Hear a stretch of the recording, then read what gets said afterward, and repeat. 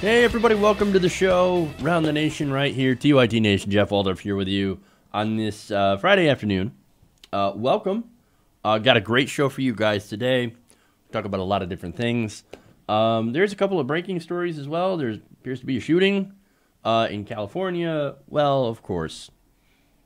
See, here's the most disturbing thing about this is that I look at and I'm like, oh, there's another shooting. And we have been, at least, I have been completely desensitized.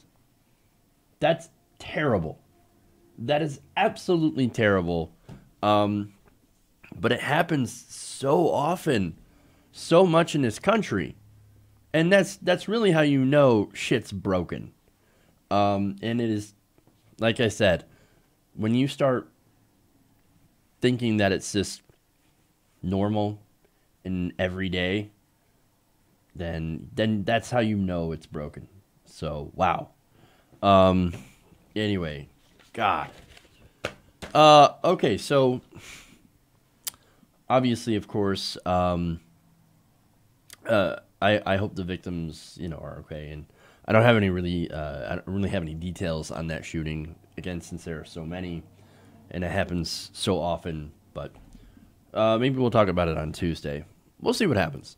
Anyway, so we do have some stories. We're going to talk about AT&T and more corruption related to Michael Cohen. We have Dick Cheney. He's back. Wonderful. And, of course, he's defending torture. All the most horrible people have come back again. It's like we're reliving the Bush years, only worse, on steroids. Then we have terrible news for the Democrats in the new poll. And then Donald Trump on drug prices. So, and then finally, of course, we're going to talk about Joe Biden, some of his recent statements. So, it's going to be quite a day. So, we'll talk about that. Now, excuse me. Before we get going, I want to remind everybody, please like and share. Sharing is caring. Helps us out a lot. Not only that, but another way to help us is to use the YouTube Super Chat. That helps the show. So, you can ask questions, make comments, etc., etc., and that goes to help support independent progressive media. There's, of course, another way that you can do so. You can go to patreon.com/TYTNation. That also helps the show as well. So there are many different ways that you can help us, and there are others that will be forthcoming as well. So, like I said, if you support independent progressive media, now's the time to support it, especially now since we actually know when net neutrality is over. So that's another new kind of piece of news that we have. June 11th is the last day for net neutrality. That is when Ajit Pai's reversal of net neutrality goes into effect. So that is the day. It basically marks the beginning of the end of the free internet, the free and fair internet. So that is, unless a very unlikely bill makes it through Congress. Democrats are pushing that. That's good. But as I said before, that's more of a cynical ploy to get votes for the midterms, since they are struggling, kind of flailing, when it should be an absolute layup. But we'll get to the poll on that later. But, I mean, other than that, I mean, there are lawsuits from different state attorneys general that are going on. I know Schneiderman was, I think, leading one of those. Now Schneiderman's out. Hopefully, New York continues to lead the way, as well as California, in fighting for a fair and open internet. So we'll see if that happens. Hopefully, the attorneys general can stop this or delay it or something. We'll see. We'll see what happens. But look, I'm not very... The fight isn't over, but as far as for right now, I'm not incredibly encouraged. So, I mean, it's one of those days, man. So, all right. Now, I guess let's get into the stories then. So, all right, let's start out with a story on corruption. Corruption in the Trump administration? No. Oh, yeah. Now, recently, it was revealed that AT&T paid Michael Cohen's shell company hundreds of thousands of dollars for access to the Trump administration. Now, of course, they don't admit that. They're like, no, what are you talking about? All we were doing was we were just getting consulting services, and we were trying to get some insight into the administration. We'll just call it what it is. It's corruption, but it's legalized corruption. Now, that looks both bad for Donald Trump and Michael Cohen, of course. And look how it looks bad for Trump, of course, is that here's Trump's fixer, the really close guy, getting paid by big corporations. They don't care so much about that. And one of these corporations happens to be connected to a Russian oligarch. So that's how it kind of ties into the Mueller investigation. Mueller's already talked to that guy. And so we'll see what happens on that front. But the real story is about how corruption is basically pervasive in the Trump administration. Now, the other part about this is how bad it looks for AT&T. Now, let me give you some details on that payment. The Washington Post reported earlier that AT&T gave hundreds of thousands of dollars to Michael Cohen in order to get what they call advice on their $85 billion merger with Time Warner. Now, that merger is held up in the Justice Department right now, with them saying, oh, we're opposed to this because we don't want to hand over more media consolidation. We don't want AT&T getting that much bigger by merging with Time Warner. That's nice. That's popular. It's not true at all. In reality, of course, it's because of CNN. But anyway, according to documents, AT&T paid Essential LLC, as Michael Cohen's group, over $600,000. Now, that went into the pocket of Michael Cohen and possibly Donald Trump. Now, if it went into the pockets of Donald Trump, well, that could be a campaign violation. If it went into Michael Cohen's pockets, well, that's still corruption, but unfortunately it's legal corruption.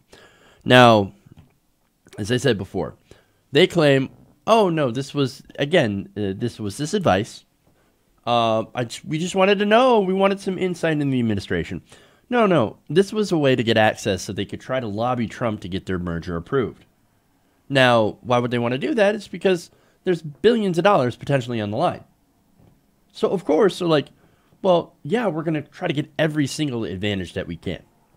That makes sense. That's why they did this in the Obama administration. They do this in old administrations because our system is fundamentally corrupt. And that's how you get your priorities put, before the president where you can make your case. You give giant donations through fake shell companies. Now, again, Donald Trump, as I mentioned before, he wasn't interested. So Republicans could go and claim, he's taken such a principled stand against AT&T and against big corporations. But in reality, as I said before, Time Warner deal has to do with his arch nemesis, CNN. He hates CNN.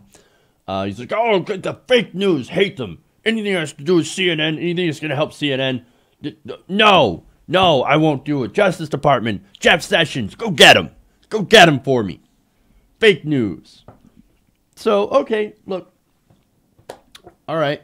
So, CNN, that's why they don't want, Donald Trump doesn't want this deal approved. So, and that's why, of course, the suit between, that's in front of the Justice Department is purely retaliatory. So, there you go. Now, knowing Trump's position, one could wonder, then why did Cohen take the money in the first place from AT&T? Wait, that's a dumb question. It's money. somebody hands you money, you're going to take it, right? And look, that's because just like Donald Trump, Michael Cohen is a con man. You don't think that somebody who hangs around Donald Trump could also end up being a con man just like Donald Trump? Nobody believes that. Look, here's the thing. I think it's likely Cohen knew that this was never going to go through, and he's just like, it's business. I'm going to take the money. I'm just going to take the money. Who wouldn't take the money? And it's very possible that Donald Trump also took the money, while all knowing that, stupid AT&T. Yeah, of course they're going to take your money. I mean, look, that's what he does. He gyps people, right? Because, and the reason that he does that is he's not actually worth $10 billion. He's actually not rich, well, compared to what he says he's worth. He is not near worth a fraction of that.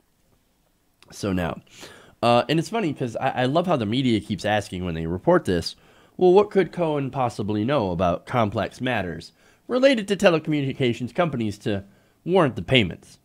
That's not the right question. That's the wrong question. I mean, look, we already know the answer, right? They hired him to get access to the president. Again, this is pure corruption. And unfortunately, very normal in our broken campaign finance system. Now, it also happens to be that Cohen is extra slimy, just like his boss. And just decided, I'm going to take the money. I'm going to take the money and run. But see, understand that that's why everybody is shocked at this. That's why this is big news. That's why this is a scandal. As I said before, this is normal. I had some quotes when I did the story yesterday that was related to this, where people, lobbyists are like, yeah, half the buildings on K Street do this with every administration. This is not new. This is not that big of a deal. Every administration does it. Well, why then is the media flipping out about this pay-to-play scandal? Well, that's because Michael Cohen ripped off rich people. He didn't give them their expected return on investment. In fact, this is why AT&T's CEO Randall Stephenson had released a memo earlier calling the hiring of Cohen a big mistake. Quote, to be clear, everything we did was done according to the law and entirely legitimate. Well, the law that you lobbied to help change. But the fact is, our past association with Cohen was a serious misjudgment. You know why? It's because you got conned. You didn't get what you wanted. You paid him $600,000 and got pretty much nothing for it. No consulting services, no actual access to the president, no help on your $85 billion merger. Donald Trump already made up his mind. It's not like he was open about it, and that you could, if you just got a meeting with him and explained to him how that could benefit him and all that stuff. No. He's not like most politicians. Yes, of course he responds to the money, but also when he makes up his mind, he makes up his mind. And in this case, because CNN is mean to him, he already made up his mind. I'm not interested in this merger whatsoever because boo CNN. Jeff Zucker. Ah! Anyway, now, what's interesting is that, as I said, he was paid $600,000, and the company did not get a return on their investment. Well, when you look at how much they spend lobbying, that's actually not a lot of money. In fact, that $600,000 paid to Cohen was about 3.5% of the $16.8 million the company spent on 2017 lobbying alone. However, nonetheless, right, if you rip off rich people, doesn't matter the amount. If you take money from the rich, well, then you're in trouble. Okay? That is the number one rule, is you do not rip off the rich. You can rip off poor people every single day, all day long. But don't you dare steal from the rich. See, that's why this is a big deal. This is why this is a scandal, right? And it's also why the guy who hired Cohen, AT&T's former head lobbyist Bob Quinn, is now taking an unexpected retirement. See, you didn't vet this guy. You allowed us to get scammed. You allowed us to get conned by Michael Cohen. Get out of here. You're gone. They embarrassed Cohen embarrassed AT&T. And look, since they're embarrassed, they got to blame somebody, right? For being taken in by this con man. So, look, in a way, it is kind of brilliant. I mean, this is rich people on rich people crime. Well, okay, alleged rich people on rich people crime. Let's be serious about that. But look, again, brilliant, right? Look, here's the thing. Had CNN not been mean to Donald Trump, it's very likely that this merger would have been through. And then, they would have done more business lobbying the White House, lobbying Michael Cohen. And this wouldn't be a scandal at all. But, as I said before, he already made up his mind. And so, that, as they say, is that. Now, another thing, though. It's not as if the administration hasn't actually helped AT&T. Let's be fair about that, too. Ajit Pai.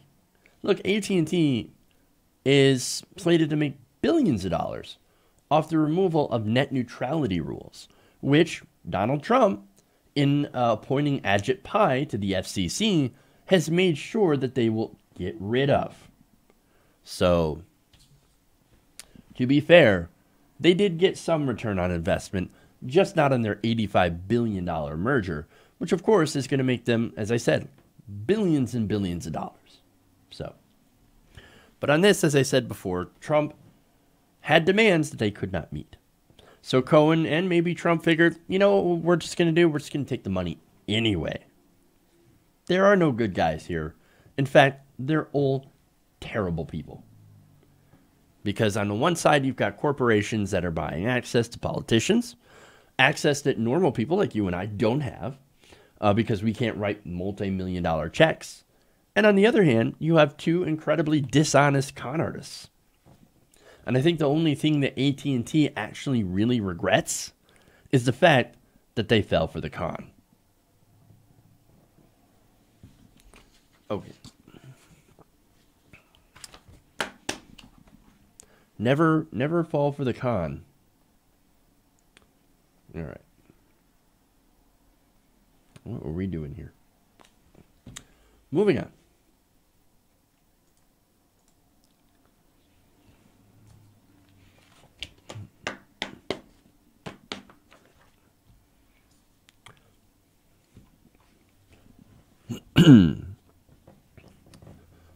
Now, in the midst of the controversy surrounding confirmation hearings on Trump's CIA pick Gina Haspel, the former vice president and war criminal Dick Cheney has decided to weigh in on the issue of so-called enhanced interrogation once again during an interview on Fox Business, where apparently they don't like to talk about business whatsoever, which is very strange.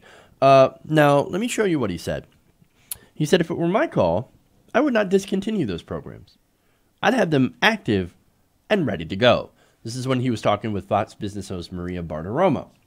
Now, she also said, quote, or he also said, sorry, and I'd go back and study them and learn. So you would bring back the torture, you would have it active and ready to go, and then you'd go back and learn. Well, that's very interesting. We'll get to that part in a minute. But first, here's Dick Cheney saying torture is awesome. Hey, we should bring back illegal torture. I mean, did we expect anything from Dick freaking Cheney? Now he continues. I think the techniques we used were not torture. A lot of people try to call it that, but it wasn't deemed torture at the time. See, we didn't deem it torture, so it's not torture. Well, again, that is a lie.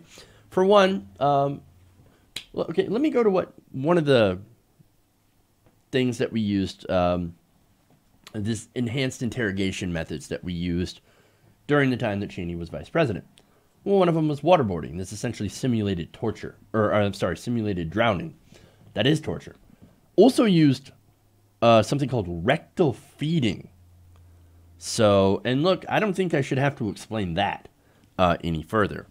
Now, all those things were classified as torture long before the Senate officially outlawed it back in 2015. Again, that was international and domestic law. That kind of so-called enhanced interrogation was illegal. So, look, Dick Cheney is a 100% lying right there. Saying, well, it wasn't deemed torture at the time. Well, by who? You? The Bush administration? That's not the same as international law.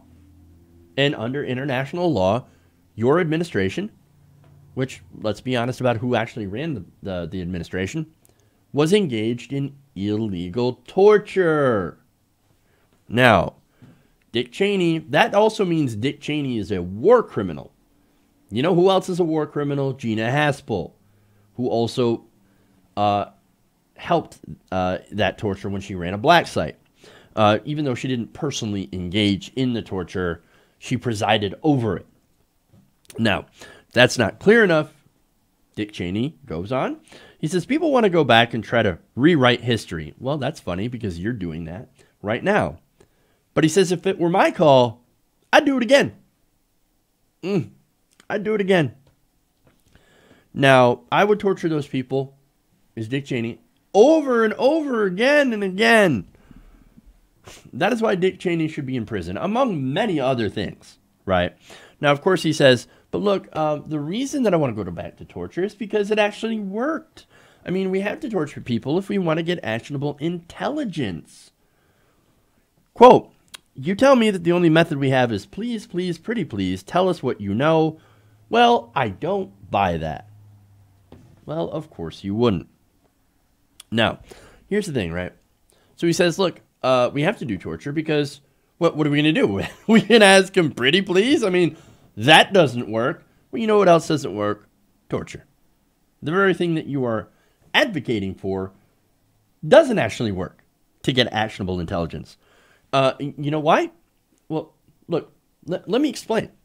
Well, for one, okay, if torture worked, then you wouldn't have to, I mean, maybe you could explain why we waterboarded Khalid Sheikh Mohammed 80 plus times. I mean, come on. No, what torture leads to is false information.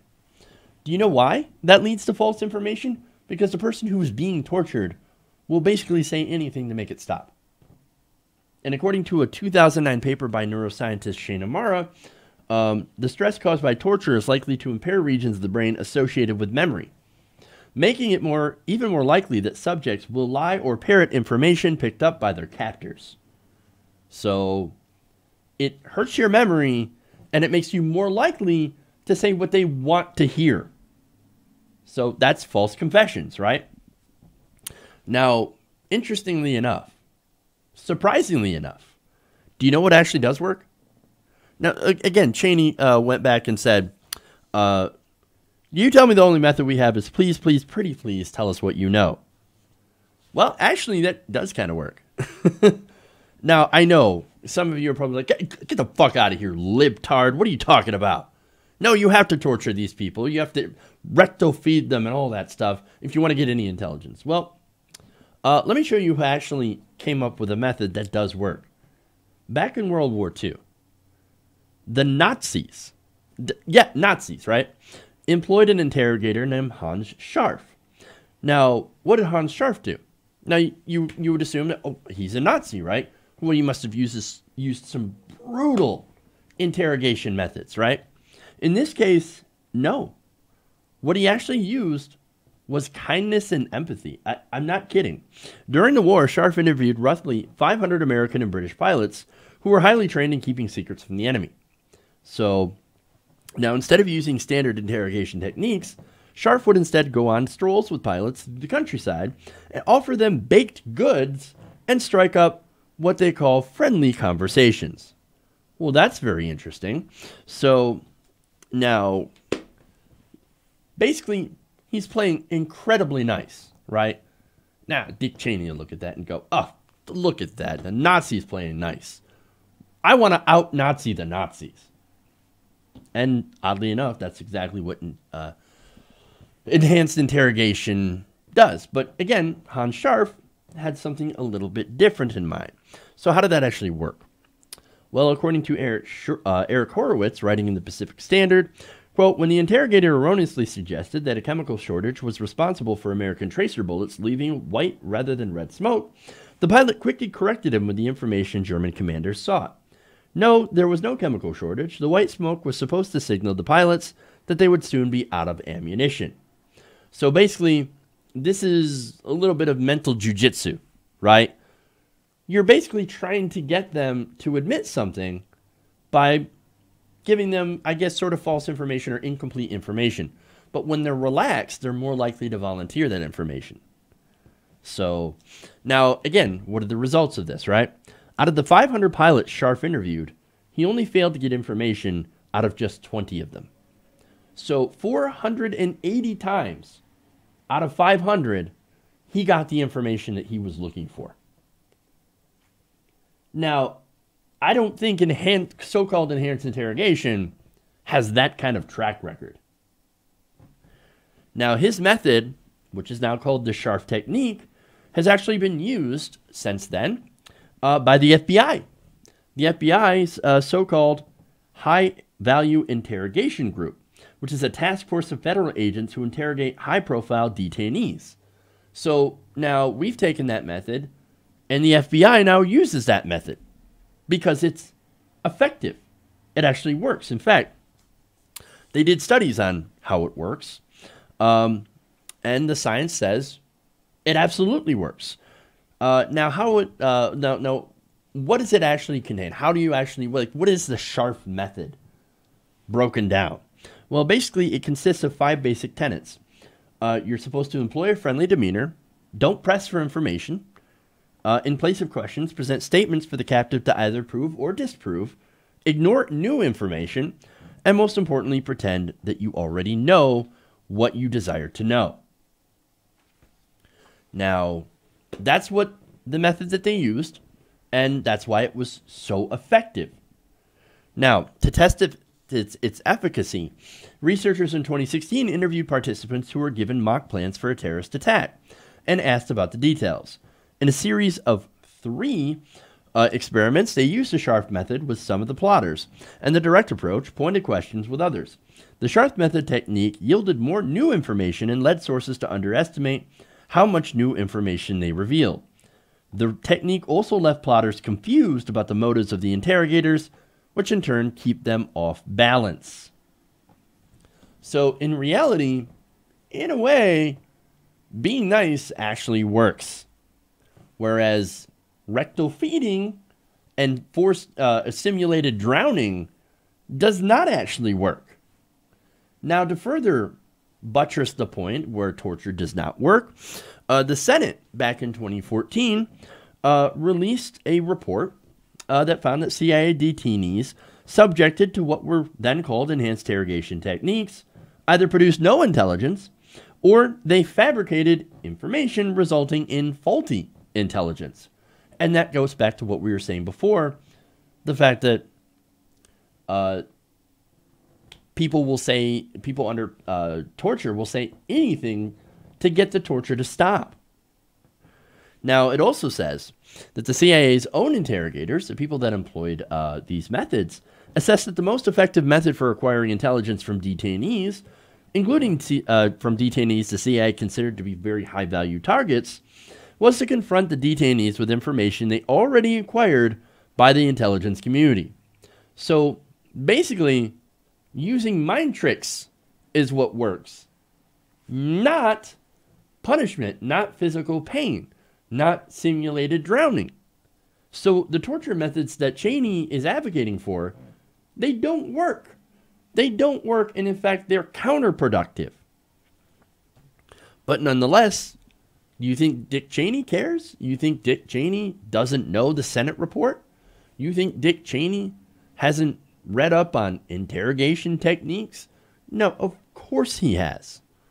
But it doesn't matter to him because he loves torture. He is a sick war criminal. That's why he needs to get locked up. That's why he has to be in prison. Now,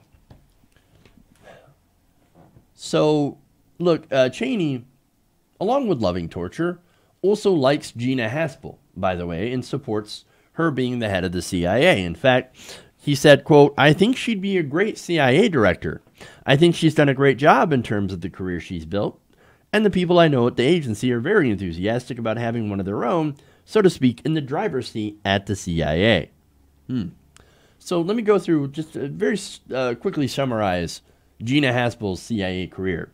She ran a CIA black site that did torture and then supported the decision to destroy evidence of that torture. That's basically the highlights of her career. What a great career. What a great thing. Look, the reality is these two people. Look, Gina Haspel does not belong as head of the CIA. You know where Gina Haspel belongs? She belongs in prison. And Dick Cheney does not belong on TV. He belongs in prison. That they are both war criminals and torturers. Say it along with me. Lock them up. Lock them up. Lock them up. Okay. With that, I'm going to take a quick break. We'll be back. We got some disastrous polls for the Democrats, as well as other things, Donald Trump and drug prices. So we'll be right back. Stay here. Round the Nation.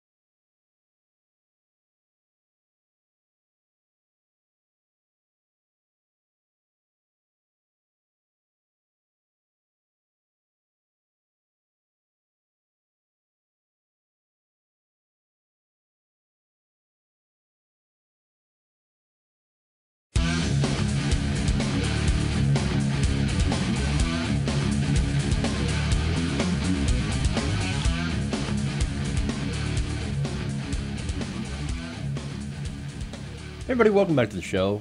Around the Nation right here, TYT Nation. Jeff Waldorf here with you.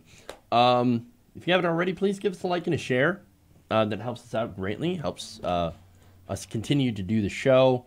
Other ways, of course, to help, use the Super Chat on YouTube. And go to our Patreon, patreon.com/TYT Nation. That's how you support independent progressive media. All right. Now, so let's get into disastrous news story number 3. Let's talk about polls.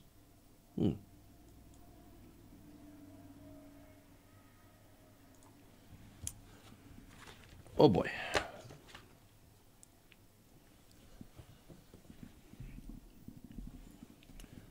So now everywhere in Democratic circles, we hear about the blue wave, right? The 2018 blue wave, where Democrats are supposed to just crash in and wipe out the Republican majorities in both the House and the Senate and make way for a Democratic president in 2020. However, there is a new disastrous CNN poll which shows that blue wave has actually ended up, or could actually end up being, a little tiny ripple. According to a new poll, CNN poll conducted by SSRS, the Democrats' edge over Republicans is now within the margin of error. So think about that, right? Now, let me give you the numbers first. 47% of registered voters, according to the poll, say that they now back the Democratic candidate in their district, while 44% back Republican voters. The Republican candidate. Voters are also divided evenly over whether the country would be better off with Democrats in control of Congress, 31%, or with the GOP in charge, 30%. So, wait a minute. American people are like, I don't know, like the Republicans, yeah, they suck, but the Democrats are only slightly better. According to this poll, that's disastrous. Now, what's even more telling is what independent voters say. Independent voters, 48%, say it doesn't even matter which party controls Congress. I don't know, we're going to get a shit deal anyway. I mean, yeah, Democrats say, oh, we're going to get a better deal. Well, what's that better deal? Oh, is it the same old establishment stuff that we've been getting before? Nah, not really that much of a better deal. That is awful. Now would be a great time for the Democrats to actually stand up for something, anything. Come on, let's actually put forward some progressive policy as a party and start to champion policy. But no, what are they going to do? They're going to stand for the status quo. Of course, no change, don't rock the boat. No, let's not do that. You know what their entire strategy for defeating Donald Trump is? You're going to love this. Trump is bad. I mean, those guys are terrible. I guess we're a little bit better, but look at those guys. Can you believe those guys vote Democrat? But wait a minute, what are you going to do for us? What makes you different? And look, when you look at the policy substance, there are differences, of course. The Democrats are a lot better than Republicans, but they don't talk about that. And yes, unfortunately right now, Democrats are too far centrist. And so their policies, while better than Republicans, don't actually go the full way to solve the problems that most of the American people are actually feeling, that are actually experiencing. So that's terrible. Now, let's get to more from this poll here. The Democrats' advantage in the generic ballot dipped from 16 points back in February to 6 points in March to just 3 points within the margin of error. So they have seen a 13-point drop in a voting advantage. So in February, people were like fired up, like, yeah, the blue wave, let's do it. Let's do it. Let's go. What happened? What did the Democrats do? They decided, you know what we're going to do? We're going to go more status quo, and we're going to say Trump is bad. Didn't you try that already in 2016? What happened? You got crushed by the Republicans. We had a red wave. Now Republicans control of the presidency, control of the House, control of the Senate, and control of many of the governorships. And the Democrats, they're still holding on to that same failed, disastrous strategy. The other guys are bad. But then we're going to, of course, champion people like Joe Manchin, who vote 61% of the time with Donald Trump. He's a real, but don't worry, he's a real Democrat because he's got a D next to his name. Oh my God. Now, furthermore, the party's advantage has waned among enthusiastic voters as Republican enthusiasm has grown. Now, there's an explanation for that. It's because Democrats, in their strategy, in their brilliance, have decided to make Trump the central campaign issue. As I said before, Trump is bad. That's what they're running on. Now, the thing about that is the more you say Trump is bad, the more Republicans are going to step up to defend Trump. And that's what's happened. Now, it's not like, because here's why the Democrats are doing this. For one, they get to ignore progressives, right? And continue status quo policies, continue to take corporate money, for the most part. Aside from a few politicians that have decided not to take corporate PAC money because they're running for president. So they get to continue doing what they've always been doing, champion the status quo, pro-business, etc. And what else do they get to do? They get to not actually solve problems. So that makes it, when they sit there and all they can say is Donald Trump is bad, well, then Republicans, they're going to go and say, well, no, Donald Trump's our guy. He's a Republican. We're going to defend him. This is tribal mentality going on here, right? So what's interesting is that Democrats had attempted, and they keep trying, and they keep trying. I don't know why, but they keep trying. They keep banking on Republicans getting fed up with Donald Trump. But that's not going to happen. They love him because Donald Trump is them. He is Fox News. He is the Fox News audience. Literally. Because that's almost all he watches. So that strategy of picking up disaffected Republicans is not going to work. It's going to backfire. And in trying to go after the so-called moderate Republicans, which is what Hillary Clinton tried to do, they ignore the progressive base. But they do it because they want to ignore progressives. Now, let me give you the numbers on that. About 2/3 of voters, 64%, say they consider Trump to be extremely or very important to their vote for Congress this year. Among enthusiastic voters, he's an even larger factor. 78% consider Trump important to their vote this fall. And the poll suggests that those voters who say the president matters deeply to their vote are more inclined to cast a ballot against him. That is, like I said before, Democrats have made Trump a central issue and have ignored policy. Now, here's the other thing about Trump. The reason that we shouldn't focus so much on him, but focus more on policy, is because Trump is a symptom of bad policy. He's the symptom of the sickness in America. Now, of course, there's racism that definitely feeds into him, xenophobia that definitely feeds into it, the rise of the alt-right. But also there are economic factors, crony capitalism, and you also have voter apathy. To go back to the independents, you have nearly half of all independents and nearly half all the country, to be honest with you, thinking that it doesn't really matter what party is in charge because guess what? They keep getting fucked over by corporations and business and the government either way. But of course, again, we're going to run on Trump, Trump, Trump, Trump, Trump. Democrats are focused on him and not on health care, not on wages. And the more you attack Trump, not his policy, the stronger his support will be. So if look, Democrats, it's time to hit the panic button. You've got to start talking about policy. Now, there is one good thing in this poll that shows you what exactly you should do. 84% of voters call the economy, economic issues, extremely or very important. So start talking about economic issues. Start talking about raising the minimum wage. Start talking about raising taxes on the rich to end up funding infrastructure, to end up creating jobs and doing economic growth. That is one way you can counter the Republicans' tax cuts, which, by the way, are still deeply unpopular and only go to the rich. So maybe you should talk about how trickle-down economics doesn't work and how all the Republicans want to do is give tax cuts to the rich, where the Democrats, what we want to do is we want to raise taxes on the rich to fund infrastructure. Oh, but I forgot you actually have to stick to that position, which unfortunately the Democrats are unable to do because they don't want to offend their big business friends.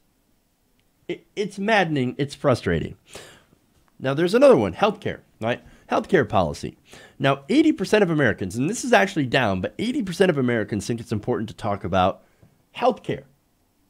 Well, why don't we talk about Medicare for all? Why don't we talk about single payer?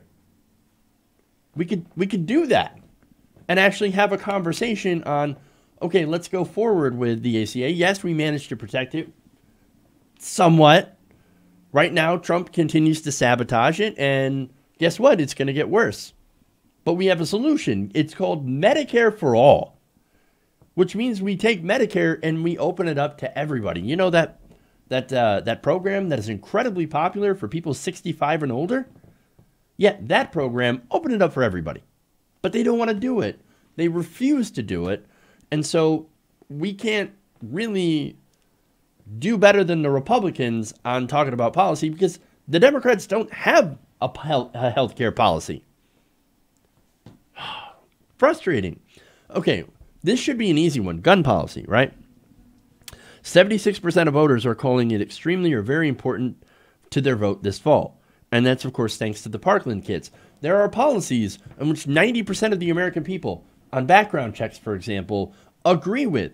Run on that at least. Run on those policies. Talk about that policy. Are they going to do that? Well, maybe they will, actually. Because that, as I said, that's an easy one. That's a fucking slam dunk, right? But my point is, people want you to talk about issues. So talk about issues.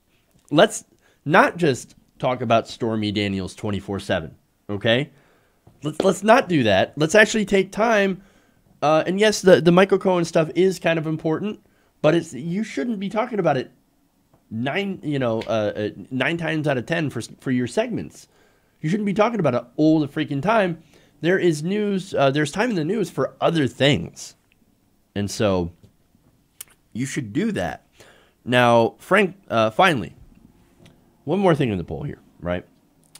Majorities of voters on both sides of the aisle say they want their parties to nominate candidates who share their positions on major issues more than wanting candidates who can just beat their counterparts on the other side. Now, this is very important. Republicans and Republican-leading voters feel this way, 76%. Democrats, however, 67% feel that they should nominate candidates who actually share their values. So that's disastrous. It's still a majority, yes. However, only 67% of Democrats are like, no, I want to nominate somebody who actually believes the way that I do. But what about the other people in that? Well, apparently they believe that, well, as long as we get somebody with a D next to their name and beat the Republicans, that's what we want to do. That's more important than anything. That's disastrous. That's how we get people like Heidi Heitkamp and Joe Manchin, who do vote with Trump more than they vote with the Democrats. What's the point of being a Democrat if you're voting with the Republicans? That doesn't make any sense in the world. But again, unfortunately, that's how we get Joe Manchin's, that kind of mentality, and that's the mentality we need to break out of. I mean, look, in West Virginia, we could have had an actual fighter in Paula Jean Swearengin. But unfortunately, too many Democrats fell into the, I'm sorry, we need to vote with somebody who we think can win against a Republican. Instead of voting for somebody who actually represents our values, is looking out for us and not oil companies. Democrats. The lesson from this poll is, if you want to win, you actually need to start talking about the issues facing Americans instead of talking about Trump And maybe you should actually nominate people who represent you and your issues and your values instead of somebody that you think might be able to beat the Republican in the race. This blue wave, this is the fact that it's probably not going to happen now is the fault of the mainstream Democratic establishment. And if we lose this chance to take the House and the Senate back, it's on them. Okay.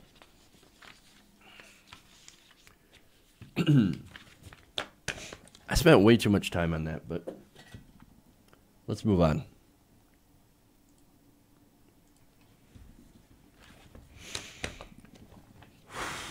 Okay. Now, President Trump is finally laying out a plan to go after high prescription drug prices. Now, this is something that he said he was going to do during his campaign. Well, finally. I mean, look, we're getting killed by these high drug prices, so great. If we can do something about it that actually helps the problem, wonderful. So, now, according to a senior administration official, the White House is now planning to issue a blueprint that represents, quote, the most comprehensive plan to tackle prescription drug affordability of any president. So, look, we know who came up with that. They wrote that in. Look, any president, most comprehensive prescription drug plan of anybody. Really? Oh, okay. Well, what are the details then? I mean, are we actually going to give Medicare the ability to lower prescription drug prices? That's something that Donald Trump had promised during the campaign. It was a great idea. It was a Bernie Sanders idea, for example. So, is that what we're going to do? Asked if the plan would include direct negotiations by Medicare, the administration official said, quote, no, we are talking about something completely different. Sad. I know. Now, the president's plan will make it easier, they say, for private plans to negotiate better deals for our seniors, especially for high-cost medications, said the senior administration official who spoke on the condition of anonymity, probably because later on Donald Trump will end up undercutting him and saying something completely different. So, what does the plan actually say? What does that mean? Basically, he wants to let private insurance companies negotiate prices with drug companies. But wait, what's preventing them from doing so before? Oh, nothing. At least there's no law preventing it. But he wants to encourage them. We're going to make it easier somehow, but there's no specifics laid out on how they're actually going to do that. And we're going to try and encourage them to do so. Oh. So basically, nothing. That's the plan. We're not doing anything. Now, the theme, get this, of the president's initiative is, quote, American patients first. So let me get into the details of what that means. The New York Times explains, the plan takes aim at what the White House calls foreign freeloading. The administration will, as expected, put pressure on foreign countries to relax drug price controls in the belief that pharmaceutical companies can then lower prices in the United States. So, foreign countries, you're doing something wrong by keeping your prices too low. You need to raise your prices so that they can lower it here in America. That's their plan. But wait a minute, why would they do that?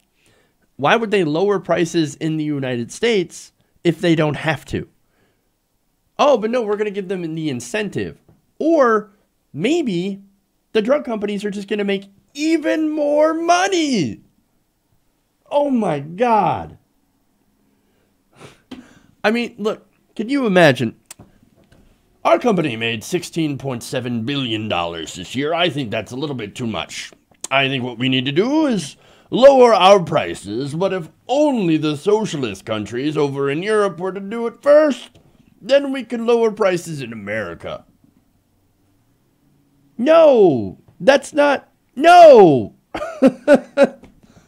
That makes no sense in the world. My God, man. Now, furthermore, in a statement, the White House essentially put the blame on other countries in socialism. In fact, they said, quote, other countries use socialized healthcare to command unfairly low prices from U.S. drug makers. This places the burden of financing drug development largely on American patients and taxpayers, subsidizes foreign consumers, and reduces innovation and the development of new treatments. And yet, here in America, we have innovation. Innovation isn't stifled at all. And in fact, profits for big pharmaceutical companies have soared. They're some of the wealthiest corporations in America. They're getting away with murder. In fact, I think I just quoted somebody who said that. Someone who happens to be the president of the United States. But of course, the GOP plan is, well, it's the socialists. See, it's all their fault because they actually have low prices and they pay less for their health care and they pay less for their prescription drugs. How dare they? How dare they?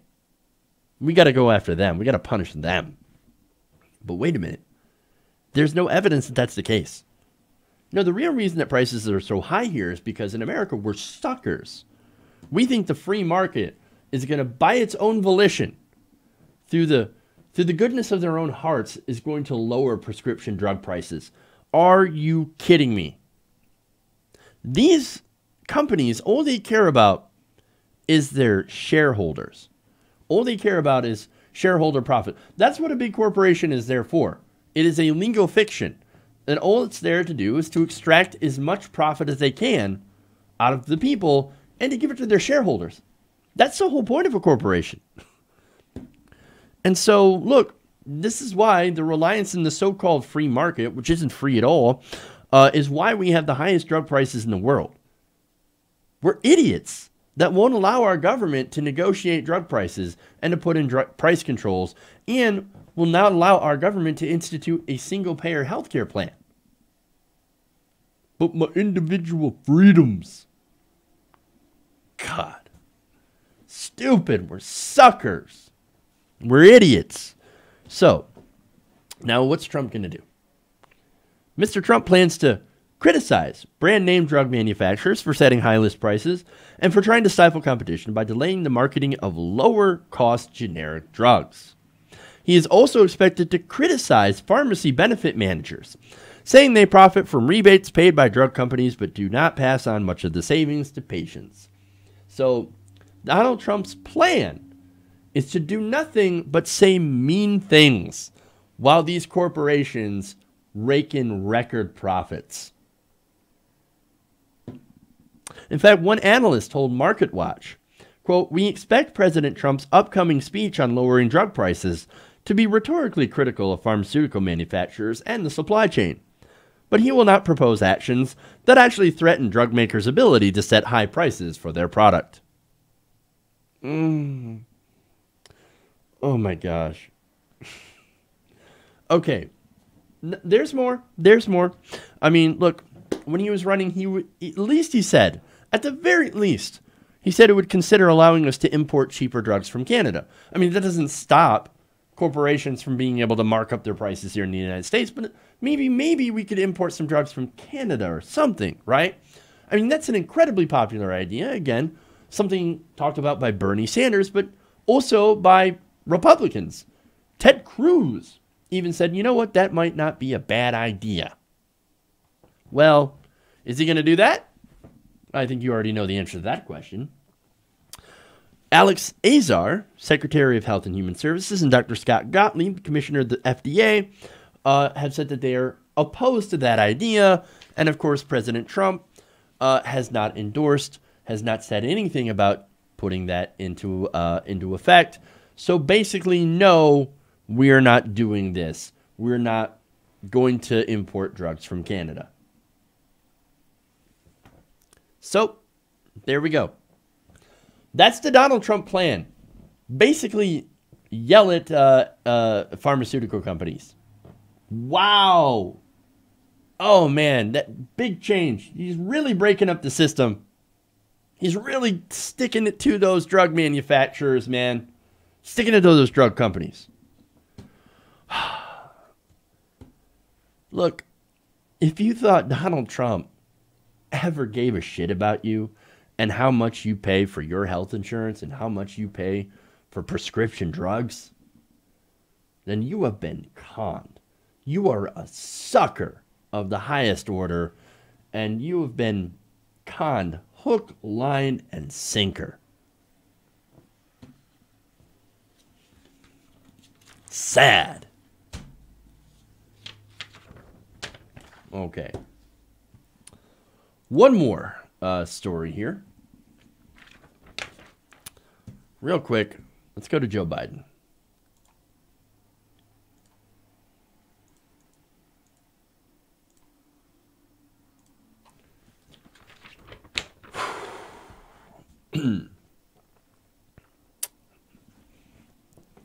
So Joe Biden wants you to know that rich people are actually pretty good guys, right? And not at all at fault for the massive disparity of wealth in America.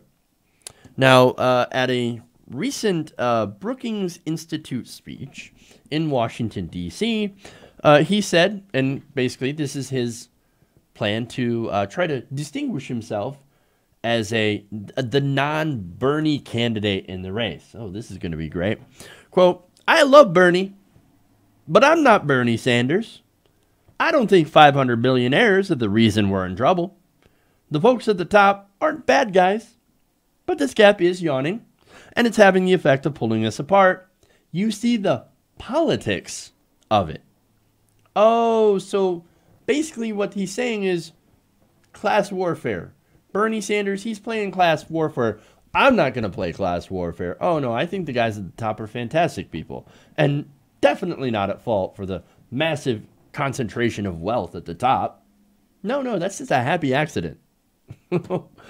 All right, hey. Now, he also went on to say, quote, "I get in trouble in my party when I say wealthy Americans are just as patriotic as poor folks. In fact, I found no distinction." Okay. So, now, you guys know what I think about patriotism, right? First of all, patriotism and nationalism are not the same thing. That's what we got to tell Republicans all the time. Now, he's not playing that game, but he's saying these rich companies, they're patriotic people. They're good, red-blooded Americans. Okay, but here's the thing, right? I think that a measure of patriotism is taking care of your country, right? Doing the right things to protect your country and to promote, I don't know, policies that will help regular Americans. Well, are you in favor of those progressive policies? Not necessarily. Talked about doing some minor things, a little bit of more college affordability, building on the ACA, stuff like that. That's normal establishment thinking. Not Medicare for all, not going after the banks, nothing like that. No gigantic green infrastructure projects. There, of course, will be infrastructure if somebody like Biden wins the presidency, but not on the mass scale that somebody like Bernie Sanders, for example, and progressives are called for. So, now as far as taxes go and patriotism, and they go hand in hand, I believe. Look, I can barely afford my taxes, right? And I'm still paying them, right? Why aren't rich people? Why aren't those very good rich people paying their fair share of taxes? Oh, it's because they rigged the system in order to get tax breaks. And in the case of Amazon, I know neoliberals fucking love Amazon now. Jeff Bezos, oh my God, what a great guy. How dare Trump attack him? He paid no taxes. He makes so much money, he could eliminate poverty and still be incredibly rich. So, excuse me if I think that people who don't pay their taxes, especially if they're incredibly wealthy, are not patriotic. Because guess what? They're not actually paying back the country that helped make them rich. So, yes, I think taxes are patriotic. Now, that said, are all the people at the top bad? Not necessarily, right? I'm not going to argue that they are all bad, but there are a lot of people who are. And there are people that, of course, have inherited a lot of wealth that have done literally nothing with it other than get more rich. Or in the case of Donald Trump, lose all that money by being a horrible businessman and still being able to fail upwards. Amazing how that works. But look, the people that are bad are people who cheat their way to the top. It's not so much that you have money, it's how you make that money and what you do with that money once you have it. So if you're stepping over people at the top, if you're screwing over your customers, if you're doing terrible business practices, if you're screwing over your employees and keeping their wages super low and keeping them from getting benefits or using taxpayer money to subsidize your company when you could actually be able to afford to give your workers a living wage, and then you use extra money that you make to lobby politicians to rig the rules in your favor, then you are a bad person. Then you're a terrible person. But unfortunately, our system rewards these people. And Joe Biden doesn't want to go after the fundamental cause of that.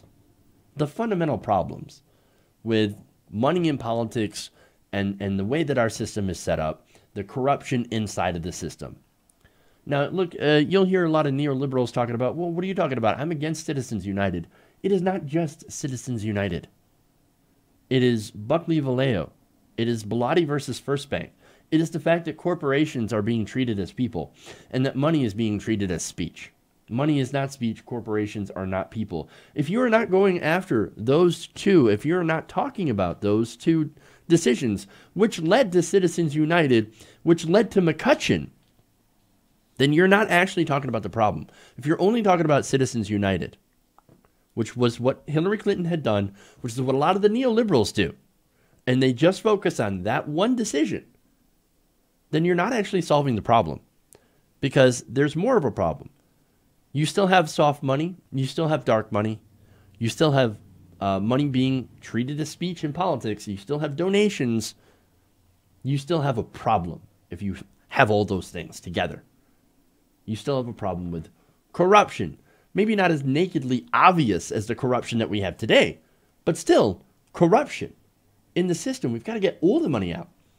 Union money, corporate money, PAC money, all of it is got to go. Because if there's still money in that system, then the system is by nature corrupt. And that corrupt system, unfortunately, continues to be championed by people like Joe Biden.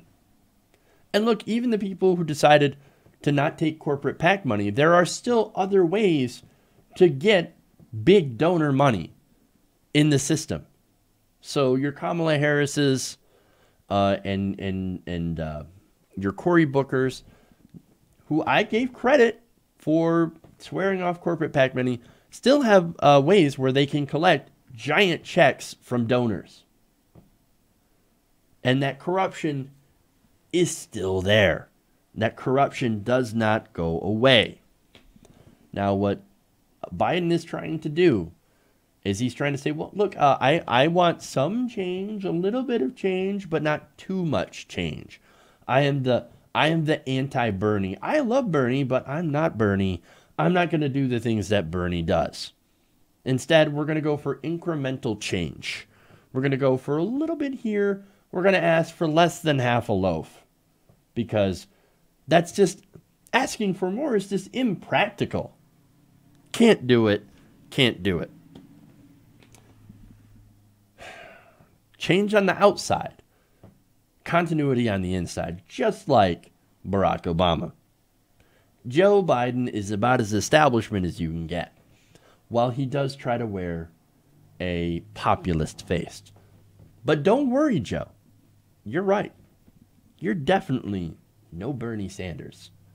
And I think, and I should thank you for making sure to point that out.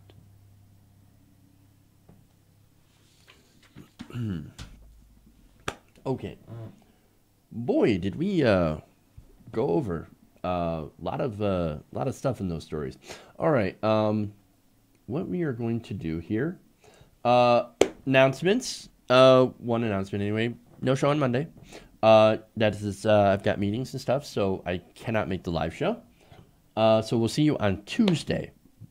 To everyone else, thank you for watching. Make sure to support the show. Patreon.com/TYTNation, I should say. Subscribe to the channel, like and share this video, like and share the other videos that we'll put up today, later on. That said,